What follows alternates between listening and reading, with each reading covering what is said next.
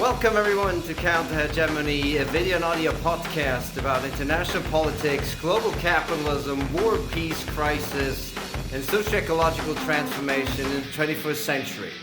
My name is Aaron Taus. Today's episode is about Colombia's armed conflict and the country's quest for peace. In August 2022, the former guerrilla fighter Gustavo Petro was sworn in as Colombia's first leftist president.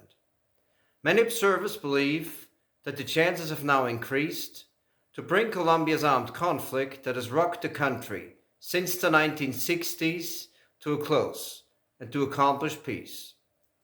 According to the final report of Colombia's Truth Commission, over the past 4 decades alone, more than 450,000 Colombians were killed, over 120,000 disappeared, and more than 50,000 were kidnapped. At least 5 million people were internally displaced. In 2016, the Colombian government and the country's largest guerrilla group, FARC, signed a historic peace agreement. Yet since then, the violence in the country has not stopped. In many regions, massacres, forced displacements, and politically motivated killings continue unabated. In 2022 alone, 181 social activists were assassinated, and 91 massacres reported. The perpetrators of the crimes are right-wing paramilitaries, drug gangs, the military, or dissident FARC fronts. In light of this reality, President Petro has vowed to give the peace agenda the highest priority in his government, and to make good on his promises to pacify the country. To get there, he needs to make headway in 3 critical areas. 1. Implementing peace. Petro's first challenge is to revive the faltering peace process with the FARC and to speed up the implementation of the 2016 agreement. Over the past 6 years, no significant progress has been achieved on more than half of the negotiated reforms. So if the current trends continue, many of the measures stipulated in the agreement will most likely never be put into practice. Let's take a closer look. The FARC peace agreement foresees a moderate land reform and the implementation of a rural development plan. Progress, however, has been very slow. The peace deal sets a goal of allocating 3 million hectares of private lands to small peasants and ethnic minorities. The idea is to reduce the high concentration in land ownership and the extreme levels of socioeconomic inequality that exist in the countryside. As we speak, over 80% of Colombia's arable land is privately owned. Of that area, a tiny minority of large landowners own more than half, while a majority of small peasants own only less than 5%. Unlike his far-right predecessor Ivan Duque, Petro has supported the land reform efforts of the FARC deal. Yet on the ground, the resistance from large landowners and cattle ranchers, who often work with right-wing paramilitaries, drug traffickers, and members of the Colombian military, is often fierce and violent. It's important to understand that in Colombia, political power remains strongly tied to land ownership. This is why judges, investigators, and prosecutors who are in charge of land claim cases, helping displaced peasants recuperate their lands, are often threatened and in some cases even murdered. In October 2022, the Petro government signed an agreement with the Colombian Cattle Raisers Federation, FEDEGAN, one of the country's most reactionary business organizations with documented links to paramilitarism. The deal aims to facilitate the purchase and sale of land that the government wants to hand over to landless peasants. The violence and the problems related to land restitution are, however, not the only obstacles to peace in the countryside. Over the past years, the expansion of large-scale mining and energy operations and cash crop agribusiness has often come with irreversible damage to the environment in the form of water contamination, soil degradation, and deforestation. In many cases, extractivist megaprojects have also been a driving force behind the dispossession and the forced displacement of local communities. The FARC peace agreement also aimed to foster political participation in Colombia. Yet the negotiated reforms to strengthen democracy and expand security guarantees for opposition parties and social movements have largely remained dead letter. To this day, social leaders, environmental activists, trade unionists, human rights defenders, students, critical journalists, and also demobilized FARC members are intimidated, threatened, and murdered on a regular basis. The main beneficiaries are large landowners, multinational mining corporations, agribusinesses, and drug cartels.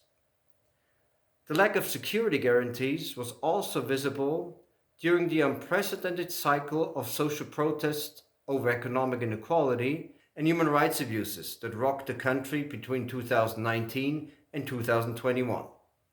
The Colombian police and the military committed numerous human rights violations, such as murder, torture, mutilation, sexual assault, and forced disappearances. President Petro not only wants to reform the police, he also wants to ensure that the young protesters detained during the massive mobilizations are freed and recognized as, quote, agents of peace. With regards to protecting and compensating the more than 9 million victims of Colombia's armed conflict, little to no progress has been made. As mentioned before, the restitution of stolen land to displaced peasants is advancing very slowly, if at all. The same goes for the government's pledges to improve the victims' access to public goods and services, and to invest in the economic, social, and cultural development of the most abandoned and war-torn territories in the countryside. The state measures to combat impunity for serious human rights violations have thus far also been inadequate.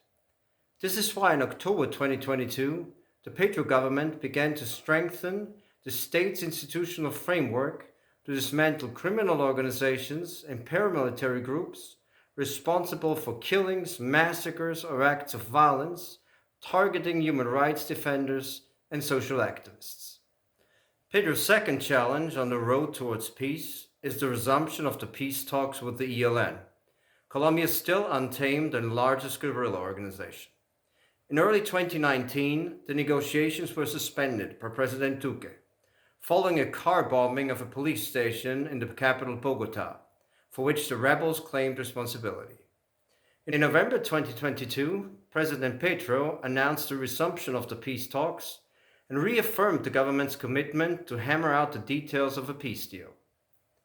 Over the past years, the ELN has grown back to a size of between 2,400 and 3,000 fighters. The guerrilla group is currently active in a quarter of Colombia's national territory, largely in the oil-rich northeastern border region with Venezuela and the southwest near the Pacific corridor. Under Petro, the prospects for a peaceful settlement look more promising than ever. Yet as his government has made no ceasefire agreements, the armed confrontations continue unabated. In search for broad alliances with sectors traditionally opposed to a negotiated solution, Petro confirmed the participation of the Colombian Cattle Raisers Federation. Compared to the FARC negotiations, the ELN's approach is clearly more radical. It aims at eradicating the underlying structural causes that have given rise to the armed conflict in the first place. What does that mean? The ELN's peace process will try to address Colombia's extractivist economic model, the country's sovereignty over natural resources, and the repressive apparatuses of the state. It will certainly be easier to discuss these issues under Petro, who himself was a member of a guerrilla group during the 1970s and 80s. Yet more resistance from dominant social forces is also likely. Backed by the country's oligarchic mass media, Colombia's right-wing opposition, financial conglomerates, and foreign transnational corporations operating in the country will try to put pressure on both negotiating parties with the aim of delimiting the demands of the ELN. Another problem may arise from the guerrilla's internal organization. Since the early days, the ELN has been known for its autonomous federated structures. It remains to be seen if its delegation will successfully manage to represent and coordinate the interests of the guerrilla as a whole. The ELN has also announced that it will aim to foster broader participation of civil society. So for trade unions or social movements, the peace talks open new opportunities to intensify the struggles and change the public debate. The negotiations could even set the stage for a new round of social protests, spearheaded by Colombia's revitalized urban left. 3. Neo-paramilitarism and drug cartels. Another great obstacle to the construction of peace in Colombia are paramilitary groups and drug cartels. Despite the official demobilization nearly 20 years ago, right-wing paramilitary groups still exercise territorial, political, and military control in many parts of the country. Over the past years, the Gaitanist Self-Defense Forces of Colombia have emerged as the largest and most powerful neo-paramilitary group. The AJC currently operate in 25 out of Colombia's 32 departments. They have established strongholds in the southwest, south, north, and northwest. The AJC are an alliance of hundreds of semi-autonomous groups. They are engaged in narco-trafficking, smuggling, payday loan lending, extortion, illegal mining, prostitution, pornography, sexual exploitation, and human smuggling. The AJC are clearly a politically motivated criminal organization. Yet compared to the paramilitary groups of earlier generations, their counterinsurgency agenda is less central.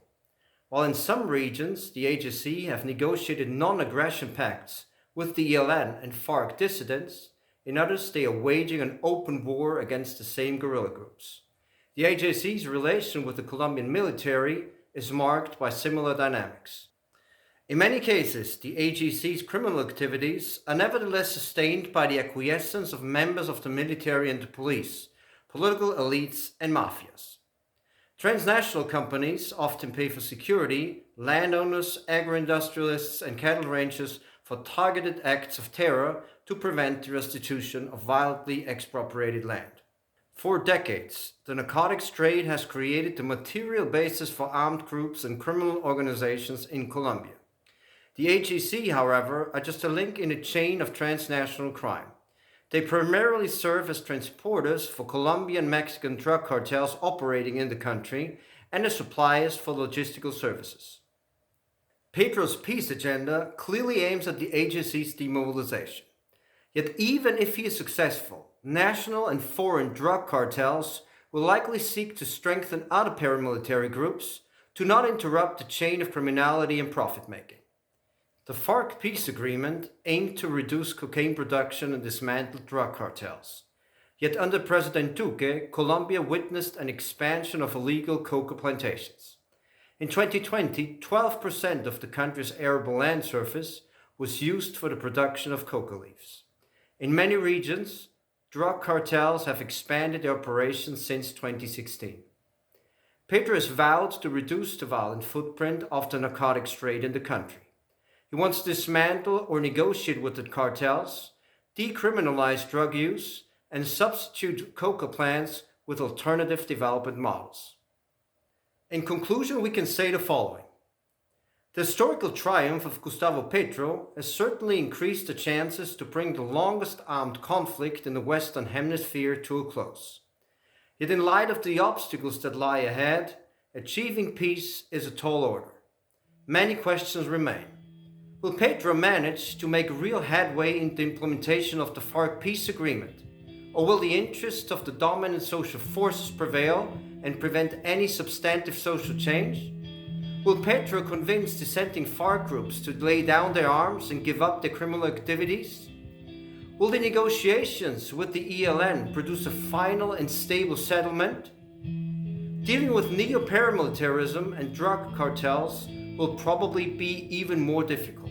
I would argue that any serious policy to demobilize paramilitary groups and dismantle drug cartels must come with a plan that also deals with the subcontracted organizations. And not only this, as long as the root causes of Colombia's armed conflict, such as social inequality, land distribution, and the lack of public infrastructure in the affected territories, are not addressed, all government efforts will likely be short-lived.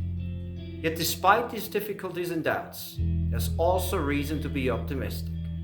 For Colombia's social movements, leftist parties and trade unions, Petro's quest for peace opens new opportunities to confront the reactionary social forces that are committed to maintaining their grip on power and to intensify their struggles for a democratic, socially just, and peaceful country. If you want to know more about the challenges of the Petro government, please check out a recent article published in the New Left Review, which I co-authored with Forrest Hilton. If you're interested in the history of Colombia's armed conflict, I would recommend you two books. Forrest Hilton's Evil Hour in Colombia and Nassir Reshani's Systems of Violence, The Political Economy of War and Peace in Colombia. You can find the links in the description. So that does it for today's show. Let me know what you think by leaving a comment below, and if you enjoyed this video, please make sure to click the like button and don't forget to subscribe. Thanks so much for tuning in. I'll see you next time.